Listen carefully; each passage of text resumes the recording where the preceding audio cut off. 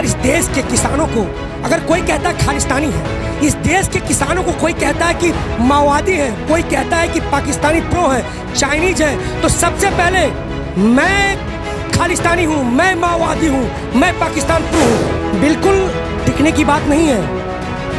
प्रबल इरादे अटल निगाहें फौलादी अरमान है, अब बनकर खड़ा ढाल देश की जिसका जवान और किसान नाम। हमारे संवेदनाओं को हमने संसद में बैठाया, ताकत हमने दी, और आखिर आपने क्या किया कि हमारी बात नहीं सुन रहे हैं। जो भरा नहीं है भावों से, जिसमें बहती रसधार नहीं, हृदय नहीं वह पत्थर है जिसमें स्वदेश का प्यार नहीं। और आप जानते हैं एक राज की बात। नमस्कार, मैं प्रियंका अस्थाना, आप देख रहे हैं द बोलती बंद। यहाँ पर किसान आंदोलन जारी है। कहाँ पर किसान आंदोलन जारी है?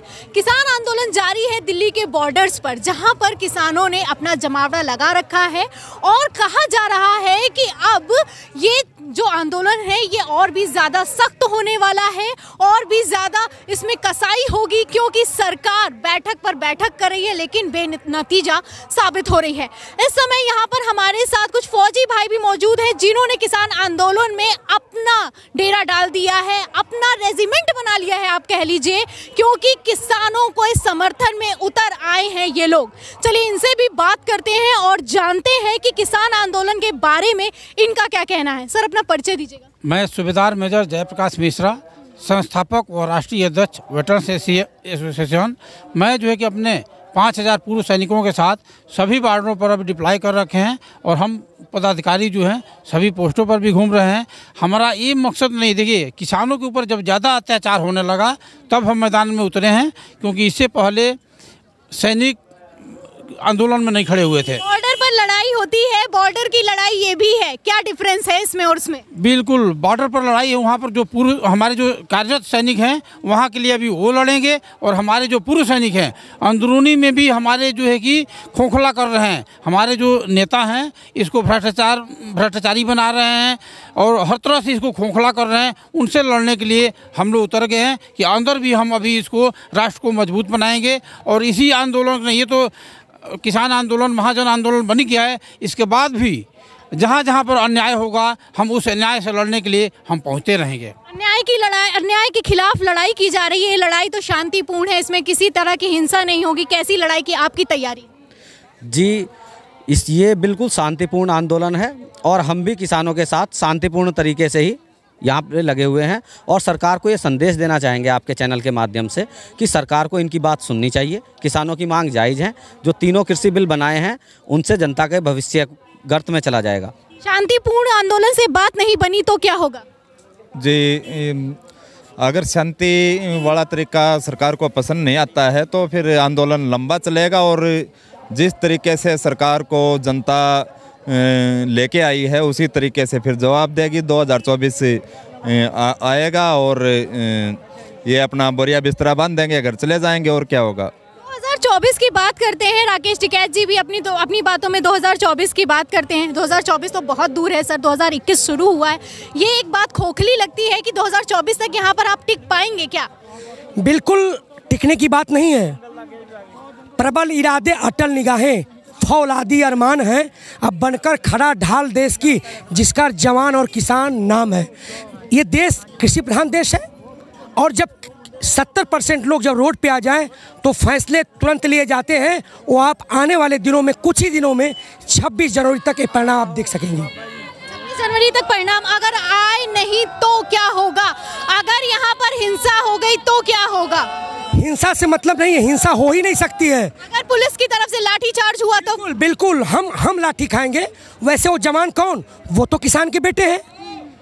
जो व्यक्ति राशन खाता है वो सभी किसान के बेटे हैं, अन्नदाता है। लेकिन आज वो जो ड्यूटी पर मस्ट भी जो खड़े हमारे आसपास, वो हमारे बेटे गरीब हैं।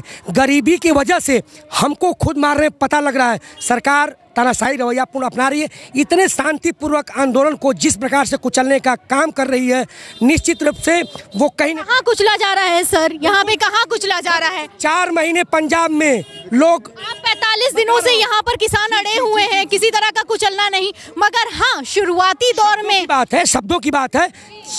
आंदोलन 4 महीने से पंजाब में चला, 43 दिन यहाँ हो गए। 43 दिन के बाद आपको सुध आती है कि बात पे बात करें। ये क्या हुआ? हमारे संवेदनाओं को हमने संसद में बैठाया, ताकत हमने दी, और आज आपने क्या किया कि हमारी बात नहीं सुन रहे। जो भरा नहीं है भावों से, जिसमें बहती रसधार नहीं, हृदय नहीं वह पत्थर है जिसमें स्वदेश का प्यार नहीं। इस पत्थर को कैसे पिघलाएंगे सर? क्योंकि पत्थर ने तो साफ कह दिया है, यानी कि बीजेपी सरकार ने साफ क्लियर कर दिया है कि संशोधन ही होगा, कानून वापस नहीं होगा। देखिए, अगर सऊदी अरब में रेपिस्ट को हाथ काट लिए जाते हैं या चोर को पत्थर मारता है, वहाँ के लिए कानून सही है क्योंकि जनता चाहती है। अगर इस तर्ज पर तमाम व्यवस्थाएं जो हमारे देश की गलत हो सकती है, वहाँ के लिए सही है। अगर इस देश की जनता, इस प्रदेश की जनता जो चाहती है उस प्रकार कानून बनाए जाएं और बनाए ही जाएंगे। आप बीएसएफ में रिटायर्ड हो चुके हैं, आपको क्या लगता है आप आतंकियों के खिलाफ लड़ते हैं, लेकिन जब किसानों को ही आतंकी कह दिया जाए तब क्या होगा? तब अगर इस देश के किसानों को, अगर कोई कहता है खालिस्तानी है, इस देश के किसानों को कोई कहता है कि माओवादी है, कोई कहता है कि पाकिस्तानी प्रो है, चाइनीज है, तो सबसे पहले मैं खालिस्तानी हूँ, मैं माओवादी हूँ, मैं पाकिस्तान प्रो हूँ। आज कश्मीर से कन्याकुमारी तक यहाँ पर देखिए गाड़ियों के नंबर WB, MH और जो है यूपी, हर डिस्ट्रिक्ट के नंबर मिले। हर लोग क्या हुए, लोग कश्मीर से कन्याकुमारी तक एक बयान हो रही है कि इन कृषि, अरे हमने तो 2 जून की रोटी मांगी थी और क्या मांगा था? MSP मांगी थी, न्यूनतम मूल्य। आज सरकारी कर्मचारियों का 250 गुना 2016 की रिपोर्ट स्वामीनाथन आयोग की, और नेताओं की 1000 गुना, हमारी 19%। हमें क्या मिला? उस हिसाब से हमें आज हमारा मूल्य 5000 से 7000 रुपये बनता। इससे क्या दिया सरकार ने? ये कुचलना नहीं हुआ तो क्या हुआ? ये कैसी सरकार है? हम तो देखिए किसी का समर्थन नहीं, की सपोर्ट नहीं है। मुखिया इस समय हमारे ये सरकार है, हम इससे बात करेंगे। 1947 से लेकर अभी तक हम बैकफुट पर है, आज भी है। अब हम चाहते हैं व्यवस्था परिवर्तन, कि अगले कुछ दिनों में जो और भी नतीजे आएंगे, जो दुष्परिणाम जनता भुगत रही रोड पे न आए, उसके लिए हम सैनिक व्यवस्था परिवर्तन की मांग करते हैं और सुप्रीम कोर्ट का ध्यान आकृष्ट करना चाहते हैं, बुद्धिजीवियों का ध्यान आकृष्ट करना चाहते हैं कि एक ऐसी व्यवस्था कायम करें कि जो हम उनको दोबारा अपनी शक्ति का एहसास करा सकें।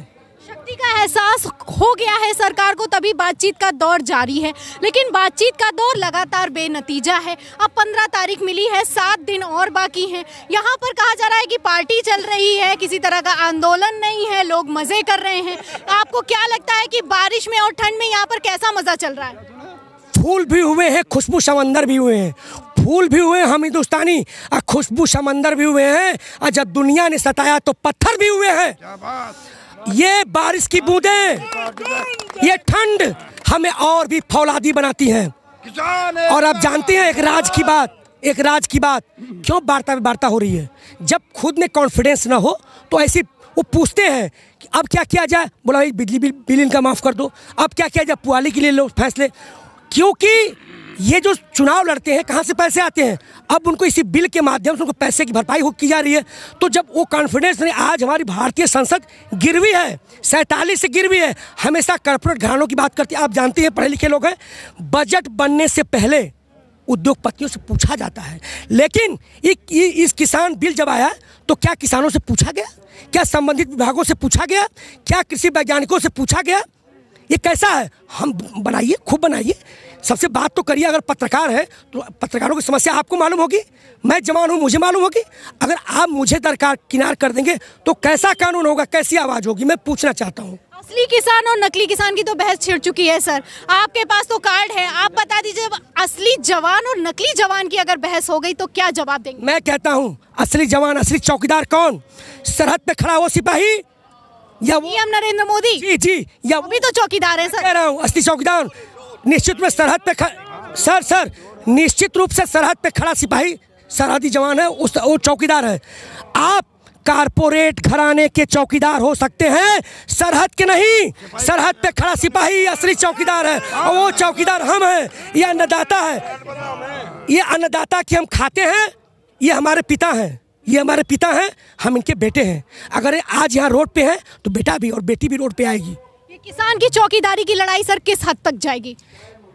ये हद तक अब एक नया आगाज हो चुका है, नया भारत का उदय हो चुका है। यहाँ से हिंदुस्तान को नहीं, पूरे विश्व को एक शक्ति मिलेगी, नया व्यवस्था परिवर्तन की बात होगी।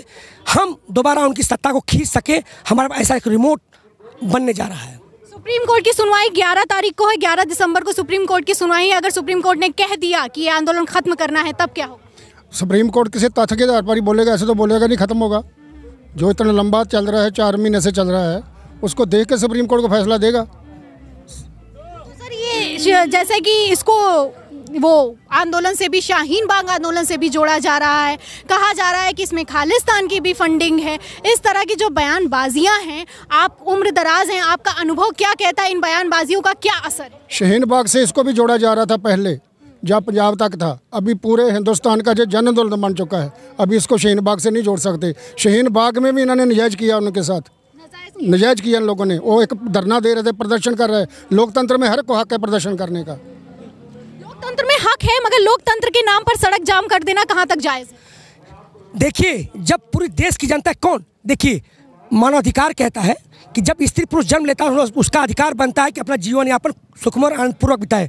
समाज और सरकार कर्तव्य बनता है कि उपयुक्त वातावरण का निर्माण करे। क्या सरकार ने किसानों को उपयुक्त वातावरण का निर्माण किया? उनकी नीतियों को अगर कोई भी जिले में मरता है तो डीएम दोषी माना जाता है, संविधान कहता है, मैं नहीं कहता। तो जो ये आज रोड पे किसान है, जो मौतें हो रही हैं, आज सरहद पे जवान शहीद हो रहा है और यहाँ किसान शहीद हो रहा है, उसका जिम्मेदार कौन? निश्चित रूप से संविधान के हिसाब से ये नेता हैं। हमने ब्लॉक नहीं, इन्होंने स्थिति पैदा की है। करवाने वाले ये हैं, हम करने वाला नहीं। हम तो नेता आपने कहा, तो नेता से मतलब कि क्या सारी सरकारों की बात कर रहे हैं या बीजेपी सरकार की बात कर रहे हैं, क्या? जी, पूरी मैं संसद से बात कर रहा हूँ। अभी तक किसी पार्टी ने इस प्रस्ताव के विरोध में क्या संसद में बिल प्रस्ताव लाया कि इसका विरोध करते हैं? किसी पार्टी ने बताइए? अरे सब पर विरोध तो कर रहे हैं सर, राजनीति तो चमका। लिख के होता राष्ट्रपति के पास, आप ज्ञापन दीजिए कि इस पर हम इस प्रस्ताव का विरोध करते हैं और संसद में चर्चा करना चाहते हैं। किसी पार्टी ने ऐसा नहीं कहा है। आखिरी जवाब सर आपसे लेना चाहूंगी, देश का जवान गाजीपुर बॉर्डर से सरकार को क्या संदेश देता है? मैं ये कहता हूँ कि निश्चित रूप से इनके भावनाओं का सम्मान किया जाए, इनके हौसले को न परखा जाए। ये आम जो कृषि प्रधान देश भारत है, जो उन्हीं पर टिका हुआ है, इनकी बातों को सुने। जल्द से जल्द ये एमएसपी बिल को रद्द करके इनसे बात करके दोबारा कोई अपना बिल ले आए।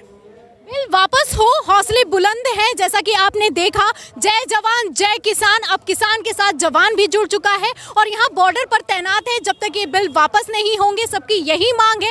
आखिर सरकार झुकेगी या किसान, ये देखने की बात है। लेकिन इस पूरी बातचीत पर आपका क्या कहना है, हमें कमेंट बॉक्स में बताइए। वीडियो पसंद आया हो तो लाइक, शेयर एंड सब्सक्राइब करना ना भूलें और किसान के ऊपर आपका क्या कहना है हमें जरूर बनाएं। देखते रहें द बोलती बंद, क्योंकि अब जवान, किसान और देश बोलेगा। जय किसान।